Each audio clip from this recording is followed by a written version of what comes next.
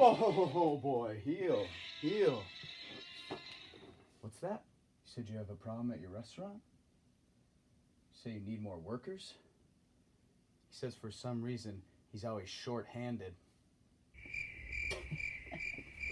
Alright, so welcome back to McGrath's Math Minute. We have a ratio and rates themed lesson today. We're going to try and help out our buddy T-Rex get his restaurant staffed.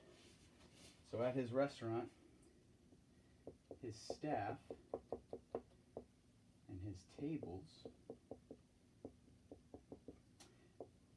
yesterday they had 3 staff members and they were only able to serve 13 tables throughout the day.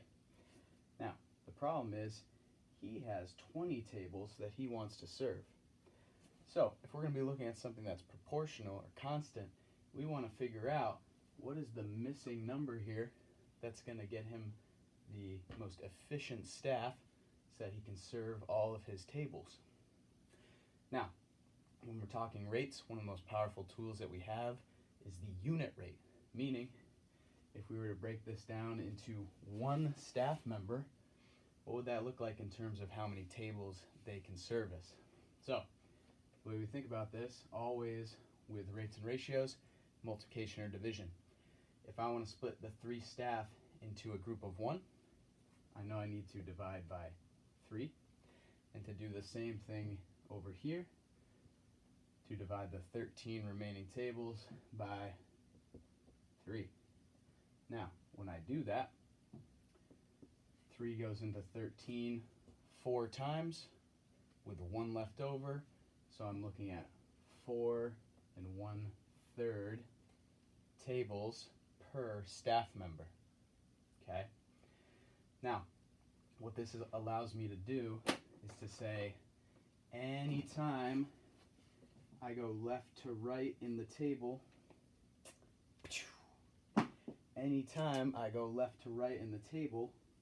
essentially what I'm doing is multiplying by this number 13 thirds, or 4 1/3, right? 4.33 we could call it. So if I want to go backwards, right, to figure out what I'm going to, or how many staff members I should hire, think of it this way. If left to right is a number that's getting larger, or I'm multiplying, what operation do you think I have to do from right to left? You got it. We're going to do some division. So what I'm doing here, we're going to do some fraction division. We're going to take the 20 tables and we're going to divide it by 13 thirds. Okay, so for fraction division, we're going to multiply by the reciprocal.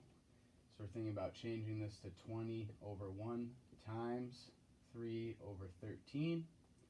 So we're going to have 60 out of 13.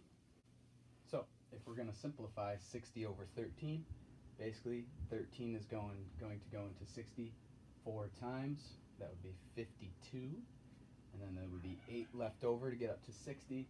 So we're looking at 4 8/13 as the answer. Now, anytime we're thinking about the reasonableness of an answer, think about the situation. Is my T-Rex going to hire 4 8/13 staff members? That doesn't really make sense, right? So if I was him, the next suggestion would be, let's hire 5 staff members so that we can cover the 20 tables. So, hope you guys like this lesson on rates and ratios. Remember to subscribe to my channel, hit that like button, try the questions down below, keep that mind going, and remember, there's no try, there's only do. Keep learning.